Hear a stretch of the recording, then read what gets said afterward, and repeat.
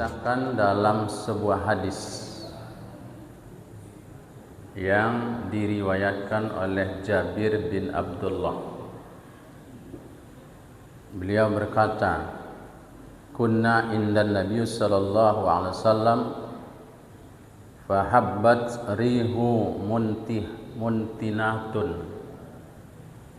Faqala, waktu kami berjalan kepada Rasulullah bersama Rasulullah, maka tercium bau yang sangat busuk. Qala Rasulullah sallallahu alaihi wasallam, berkatalah Rasulullah sallallahu alaihi wasallam kepada sahabatnya, "Atadruna ma hadhihi rihu?" Tahukah kalian angin busuk apakah yang bertiup saat sekarang ini?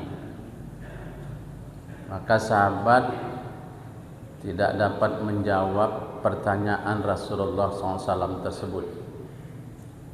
Maka Rasulullah menjelaskan, "Hazihi rihul ladina yakhtabunal mu'minin."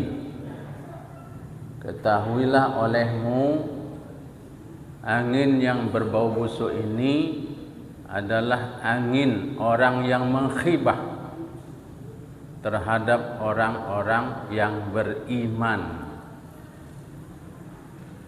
Mungkin saja dulu sedikit sekali orang menghibah sehingga tercium baunya. Bagaimana kondisi sekarang?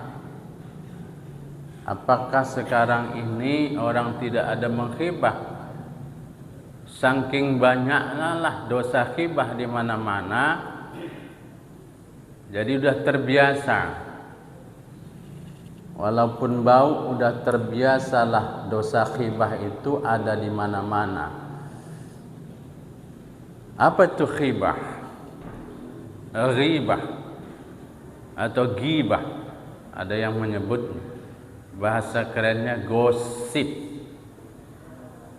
Ghibah itu adalah menceritakan kejelekan saudaranya, membuka aib saudaranya, membuka keburukan saudaranya dan menceritakan kepada orang lain.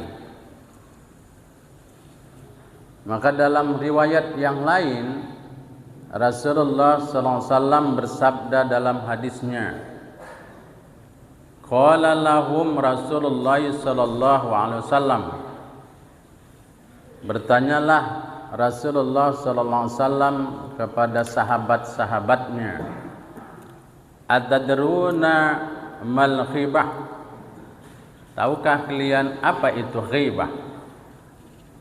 Qalu, jawab sahabat, Allahu wa rasuluhu a'lam. Allah dan Rasulnya lah yang tahu. Jadi sahabat tidak bisa menjelaskan. Maka qala, berkata Rasulullah, zikruka akhaka bima yakrahu. Khibah itu adalah kamu membicarakan saudaramu tentang sesuatu yang ia tidak menyukainya. Itulah ghibah. Adakah di antara kita yang ingin keburukan kita diceritakan kepada orang lain? Enggak ada yang mau. Enggak ada yang suka. Enggak ada yang ingin aib-aib kita diceritakan, dijelaskan, disampaikan kepada orang lain. Enggak ada yang mau. Itulah ghibah. Maka sahabat bertanya lagi kepada Rasulullah, "Kila ya Rasulullah, afara'aita in kana fi akhi ma akul?" Bagaimana ya Rasulullah kalau yang kami katakan itu ada pada dirinya, ada pada diri saudara kami? Maka qala, kata Rasulullah SAW, in kana fihi ma taqulu faqad ikhtamtahu. apabila yang kau ceritakan itu ada pada dirinya, maka itulah ghibah. Itulah yang disebut dengan membuka aib. Wa illam yakum fihi ma taqulu, dan apabila yang kau sampaikan itu tidak ada pada diri saudaramu, maka kata Rasulullah, faqad bahattahu, itulah fitnah. Jadi kalau yang disampaikan itu Pak enggak ada pada diri seseorang, fitnah namanya. Kalau ada pada diri seseorang tentang keburukan seseorang, namanya ghibah. Maka agama kita Islam sangat keras untuk tidak melakukan ghibah tersebut. Dan kita dilarang untuk membuka-buka aib saudara kita. Membuka-buka menceritakan keburukan saudara kita kepada orang lain. Sekarang media untuk ghibah ini makin luas. Tidak hanya di dalam kumpulan-kumpulan, tapi juga bisa di dalam media-media yang ada sekarang ini. Maka perhatikanlah petunjuk Rasulullah. Ya, Rasulullah pernah menjelaskan di dalam satu ayat Al-Quran. Kita cari, kita perhatikan, kita lihat dalam surah Al-Hujurat ayat 12, Allah berfirman, A'udzu billahi minasyaitonir rajim. Ya ayyuhalladzina amanu ijtanibu katsiran minadz zanni.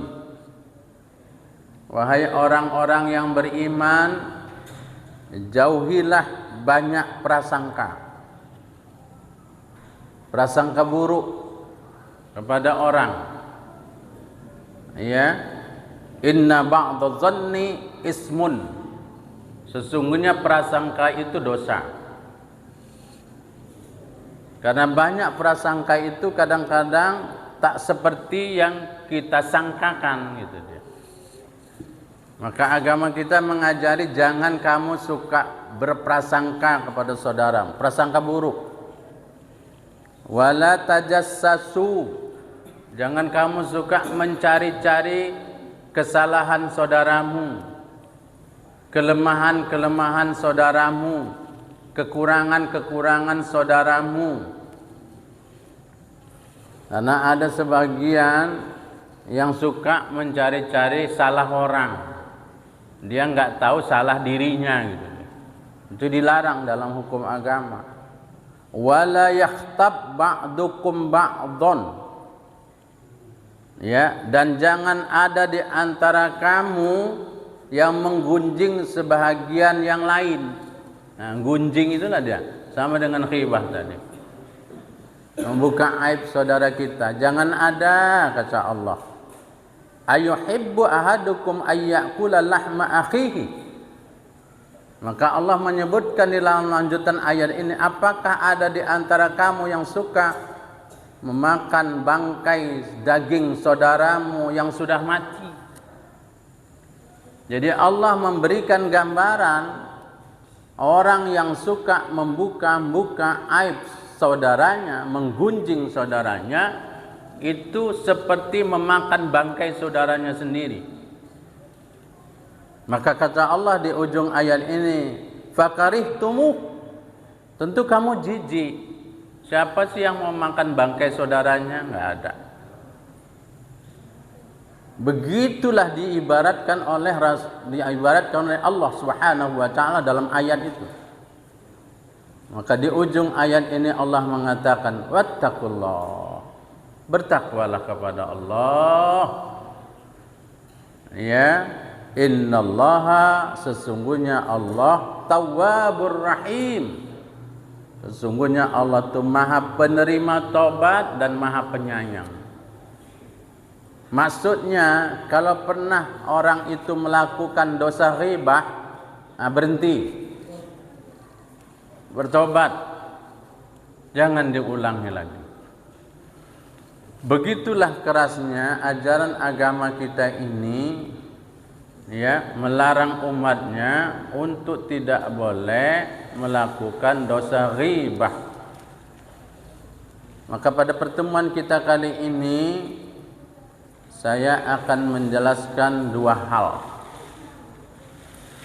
Pertama, ada 5 keburukan ghibah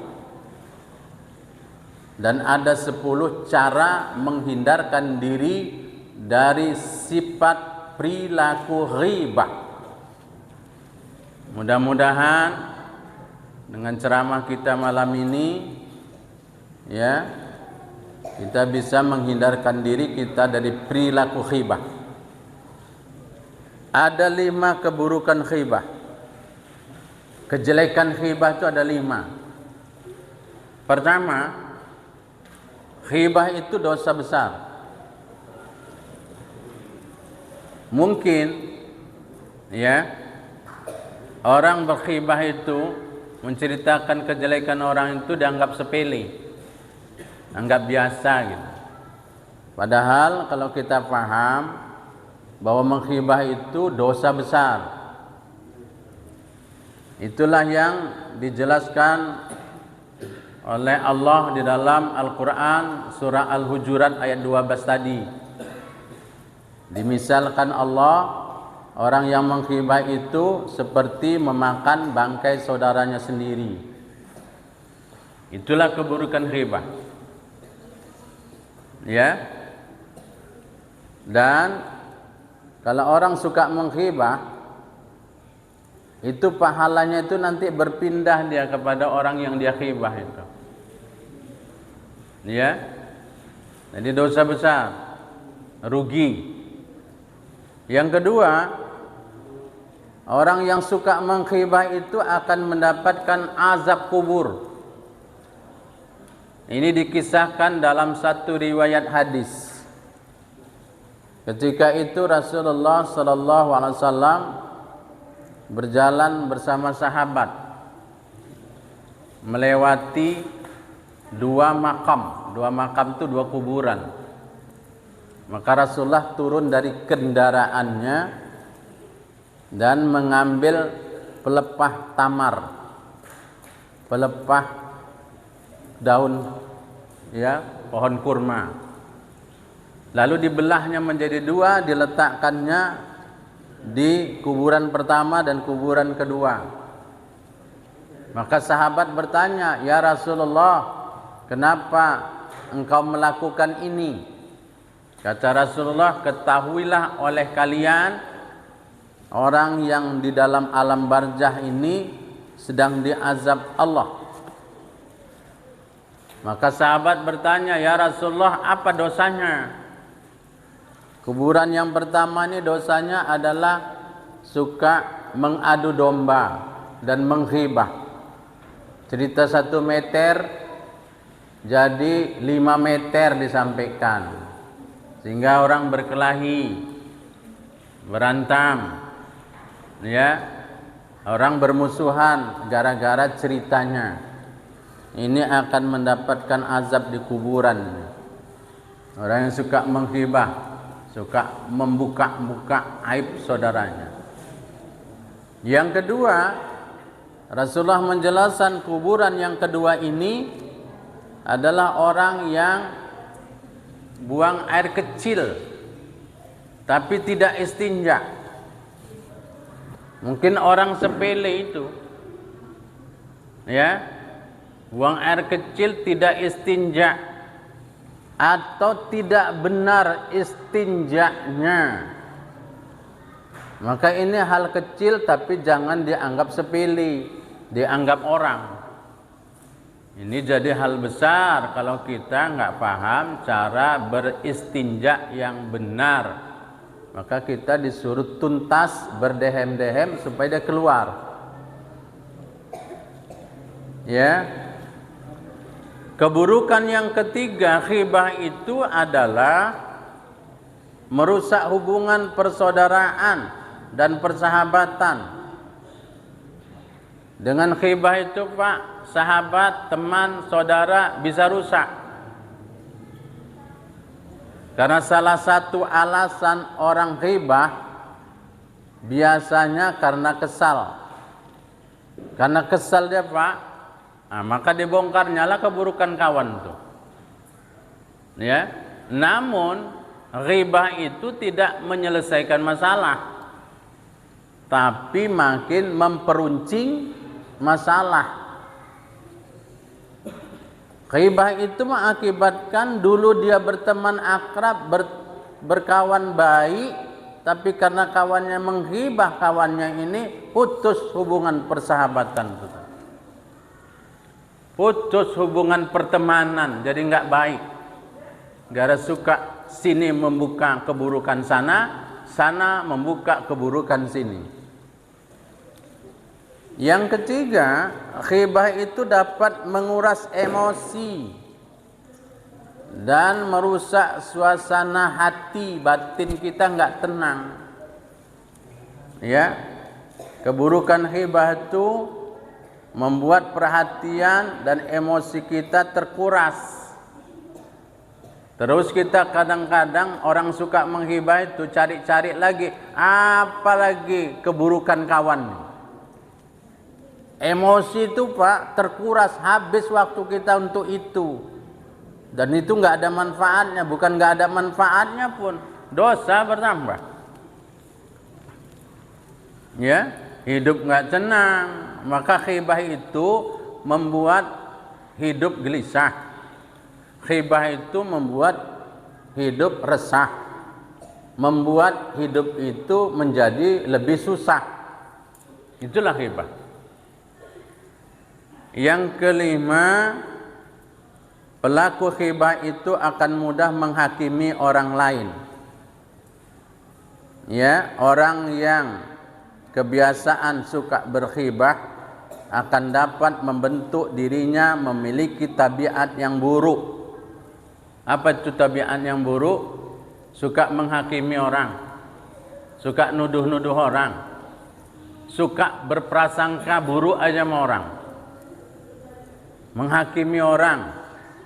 Ya, kalau udah kawannya sikit aja kesalahannya, mulailah dia dibukanya keburukannya, bahkan timbul kecurigaan. Ya, inilah 5 keburukan dari perilaku ghibah tadi. Perilaku yang suka membuka aib, keburukan, kejelekan saudaranya.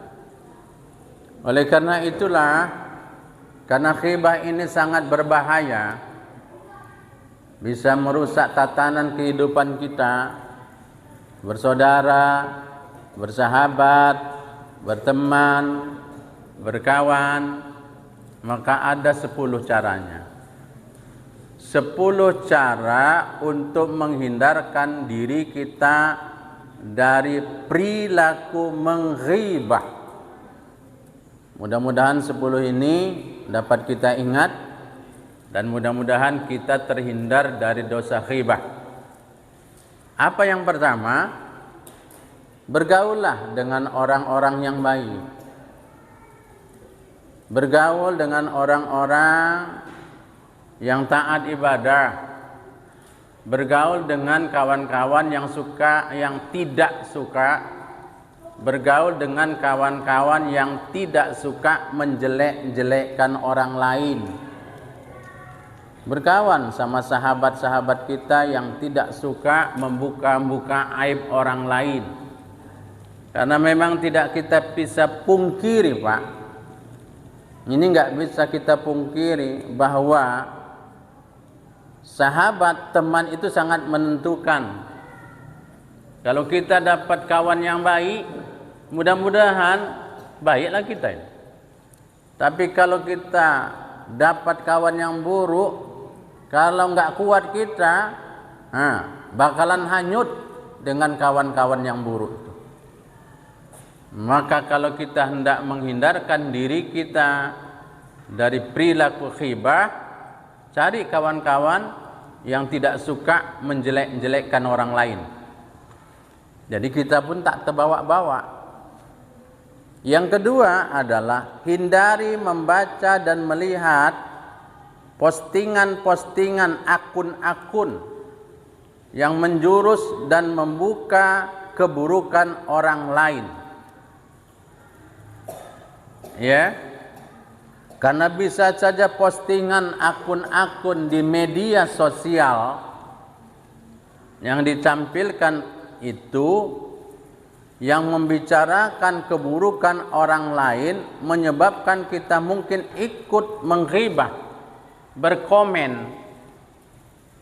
Padahal kadangkala kita belum tahu kedudukan persoalan berita itu yang sebenarnya. Kita cepat berkomen terhadap sesuatu padahal kita sendiri tidak tahu duduk persoalannya. Kita hanya melihat tayangan. Maka hati-hati kita melihat tayangan yang unsurnya menghibah. Berita, memang dijelaskan Pak, berita gosip. Gosip itu digosok makin sip. Orang kalau sudah menghibah Pak, asik dia. Hindari itu berita. Oh, ini berita nggak menguntungkan, ini berita ghibah. Bagaimana kalau orang menonton hiburan yang ghibah, dia dapat juga subhatnya itu. Ya, karena kita termasuk seneng gitu. Nggak ada manfaatnya sama kita. Yang ketiga adalah senantiasa kita introspeksi diri.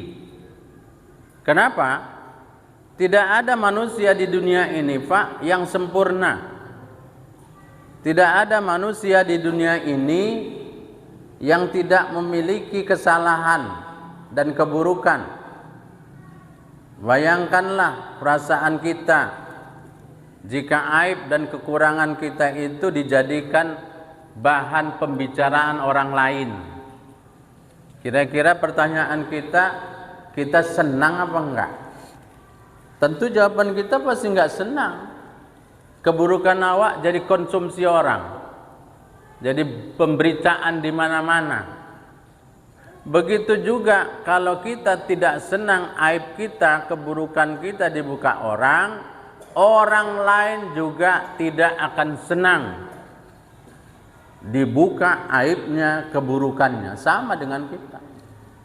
Maka kita banyak introspeksi diri kita bahwa setiap manusia itu punya kelebihan dan punya kekurangan. Enggak ada yang sempurna manusia di dunia ini, Pak. Ya. Jadi saya punya kekurangan juga, Anda juga punya kekurangan gitu. Jadi kita banyak introspeksi diri, melihat keadaan diri kita. Dan yang keempat, ini paling penting.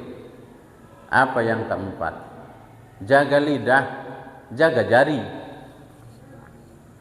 Jaga lidah, jaga jari. Kalau dulu orang menghibah pakai lidah aja. Jumpa kawan sana, duduk di sana, kumpul sana, bisa menghibah. Sekarang menghibah ini makin luas. Orang nggak perlu ngomong, nggak perlu bicara, ketik aja, ketik, keluar ghibah tuh Pak. Ya, media sosial terbuka luas sekarang. Ngetiknya pun nggak lama-lama, sebentar. Sampai kadang-kadang saking mahirnya ngetik, huruf tuh udah tak ditengoknya lagi. Keluar sendiri itu. Ini jari ini Pak. Jari ini bisa bahaya. Jari ini bisa bikin kawan berantem. Jari ini bisa bikin jamaah ini bubar. Jari ini bisa bikin orang enggak berteguran. Ini jari ini. Kalau tidak digunakan dengan baik nih jari ini. Nanti ditanya Allah nih di akhirat.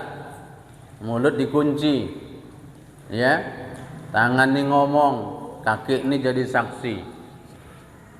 Itu akan kita lihat nanti di akhirat kelak. Jaga lisan, jaga jari kita ini. Ya, yang perlu-perlu kita sampaikan. Yang kalau nggak perlu lebih bagus kita diam. Yang kelima adalah selalu berpikiran positif. Positif itu artinya berpikiran yang baik. Ghibah itu muncul karena orang suka berpikiran negatif. Berpikiran buruk aja kepada orang. Ya, berpikiran enggak baik aja sama orang. Bawaannya curiga aja sama orang, Pak. Itulah yang menimbulkan ghibah. Misalnya ada teman terlambat, mulai ghibah itu dia. Kan betul. Itu pula lagi. Kawannya dukung pula itu, Pak. Iyalah kalau dia, ini dia. Inilah dia kalau orang suka berpikiran negatif. Ya. Jadi kita enggak usah suka berpikiran yang buruk-buruk terhadap orang lain. Muncullah ghibah itu tadi. Yang keenam adalah ingat kebaikan orang tersebut. Kalau kita hendak membuka aib orang, keburukan orang, ingatlah kebaikan dia. Kalau banyaklah kebaikan dia, enggak layaklah rasanya kita yang pernah menikmati kebaikan dia, lalu kita buka-bukalah keburukan dan aibnya, sehingga kita terstop untuk tidak melakukan dosa ghibah tersebut. Yang ketujuh apa? Saling ingatkanlah. Ya, wa tawassaw bil haqq wa tawassaw bis sabr. Kita kalau enggak mau jadi orang yang rugi, suka saling. Saling itu ganti-gantian. Ya, kadang-kadang awak nasihati dia, kadang-kadang dia nasihati awak. Nasihat yang baik-baiklah. Ya, kalau ada kawan menghibah, janganlah. Hibah itu kan dosanya besar. Belum tentu yang kita ceritakan ini seperti itu. Jadi kita harus nasihati. Jangan malahan dikompor-kompori atau makin dipanas-panasi. Ya. Makanya ada hadis Nabi. Perhatikan hadis Nabi ini. Apa kata Rasulullah dalam hadisnya? Qala Nabi sallallahu alaihi wasallam, telah bersabda Rasulullah sallallahu alaihi wasallam, "Man radda an ardi akhihi fid dunya." Siapa yang menghalang-halangi seseorang dari mengupat harga diri saudaranya. Janganlah gitu, kita nasihati. Maka kata Rasulullah sallallahu alaihi wasallam, "Raddallahu an wajhihin nar yaumal qiyamah." Maka Allah akan menghalangi dirinya dari azab neraka pada hari kiamat nanti. Jadi kalau kita memberikan nasihat kepada saudara kita, Pak, ada efek positifnya dalam kehidupan kita di akhirat nanti. Ya.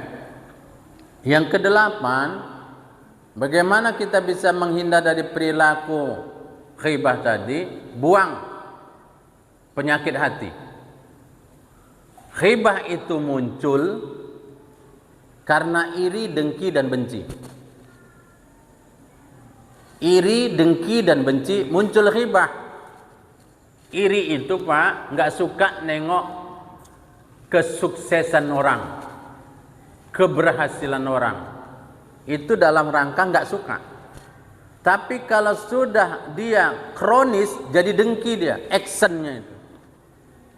Actionnya itu bentuknya perbuatan, actionnya itu juga bentuk ucapan. Jadi kita kalau ingin disebut orang baik, jangan suka memburukkan orang. Kalau kita ingin naik, jangan pijak orang dan jatuhkan orang, enggak perlu. Ya, kalau dia ingin dibilang orang baik, enggak perlu dulu kita harus menjatuhkan orang, burukkan orang baru dia disebut baik, enggak perlu, Pak. Maka yang kedelapan ini, buang penyakit hati. Kenapa? Penyakit hati ini bikin hidup enggak nyaman, bikin hidup enggak tenang, bikin hidup tidak bahagia. Untuk apalah kita siksa diri kita dengan penyakit hati? Buang jauh-jauh, baru nyaman tidur, baru enak makan. Ya, penyakit iri, dengki ini, Pak, dia kayak ya api memakan kayu bakar. lama-lama habis pahala seseorang. Nauzubillah. Orang kalau udah benci, apapun yang dikerjakan orang itu, baik pun sekalipun, pasti dia nggak suka. Orang benci. Mulailah keluar itu senjata pamungkasnya, ceritakanlah keburukan-keburukan orang yang dia benci. Kita kalau benci aja sama satu orang, rumahnya sebelah rumah, nggak enak. Awak mau keluar aja tengok dia dulu, keluar apa enggak dia. Kalau dia keluar juga nggak jadi awak keluar. Nah itu baru satu orang awak benci itu Pak. Bagaimana kalau 10 orang yang awak benci satu gang itu? Satu gang pula dibencinya semua. Ya, nggak enak, nggak nyaman hidup ini. Yang ke-9, tingkatkan rasa percaya diri. Biasanya orang hibah itu dilakukan untuk menutupi kekurangan. Maka dia suka menjelekkan orang. Ya, dia suka buka keburukan orang supaya orang memandang dia baik. Ya, tanamkan rasa percaya diri kita. Yang ke-10 terakhir adalah perbanyak ibadah. Mudah-mudahan kita memperbanyak ibadah, dekat kepada Allah, dekat dengan jamaah-jamaah kita yang rajin ibadah, terhindar kita. Dan isilah hidup kita ini dengan kegiatan yang positif, kegiatan yang baik-baik, sehingga kita lebih terarah kepada hal-hal yang diridhoi oleh Allah Subhanahu wa taala. Di ujung pertemuan kita ada tidak termasuk ghibah. Ada 4 hal. Dia tidak termasuk ghibah. Walaupun menceritakan keburukan orang. Apa yang pertama? Sebagai saksi di pengadilan, hakim bertanya, Bapak sebagai saksi? Jaksa bertanya, iya saya sebagai saksi. Bapak menyaksikan kasus pembunuhan itu ya? Coba ceritakan yang sebenarnya. Dia ceritakan bagaimana kejadian yang sebenarnya. Dan itu bukan ghibah. Dia harus ceritakan. Enggak boleh dia bilang, saya enggak boleh ceritakan nanti emang ghibah. Enggak, karena di pengadilan. Itu tidak ghibah. Jelaskan yang sebenarnya. Yang dilarang itu saksi palsu. Ya. Yang kedua adalah kita menceritakan sesuatu terhadap orang lain dengan niat bukan menjatuhkan, tapi menghindarkan dia dari perilaku kawannya yang buruk. Ya, hati-hati dengan beliau ini. Perangainya seperti ini, kita tidak mau menjatuhkan dia. Niat kita hendak menyelamatkan kawan kita ini dari perilaku kawan ini yang buruk. Niat tidak menjatuhkan, Pak. Hati-hati. Perilaku beliau ini begini. Ya, hati-hati, waspada. Tapi niat kita dalam hati ini bukan mau menjatuhkan ya. Kita ingin kawan kita ini terhindar karena kita pernah jadi korbannya. Begitu juga yang lain-lain, banyaklah contoh-contoh yang lain bisa kita ambil dalam perjalanan hidup kita. Yang ketiga, tidak termasuk ghibah apabila dia hendak mendapatkan nasihat terhadap satu masalah. Kan dia harus ceritakan. Kami datang kemari minta Pak Ustadz memberikan nasihat dan solusi jalan yang terbaik. Persoalan kami ini seperti ini. Bagaimana menurut hukum? Tolong berikan nasihat dan petunjuk. Kan kita ceritakan. Ya, tidak termasuk ghibah itu. Kalau nggak diceritakan, mana ada tahu bagaimana solusinya, jalan keluarnya. Ya, tidak termasuk ghibah. Dalam hati kita niatnya bukan menghibah dan menjatuhkan, bukan memburukkan, tapi hendak mencari jalan keluar dari satu persoalan. Yang keempat, tidak termasuk ghibah apabila seseorang itu Pak namanya di mana-mana banyak. Ya, inisial ini namanya tuh banyak. Kalau kita tidak sebutkan gelarannya, orang nggak tahu. Gelarannya tuh buruk umpamanya. Nanti kalau hitam disebut A hitam gitu ya. A itu banyak lah ya inisialnya ya.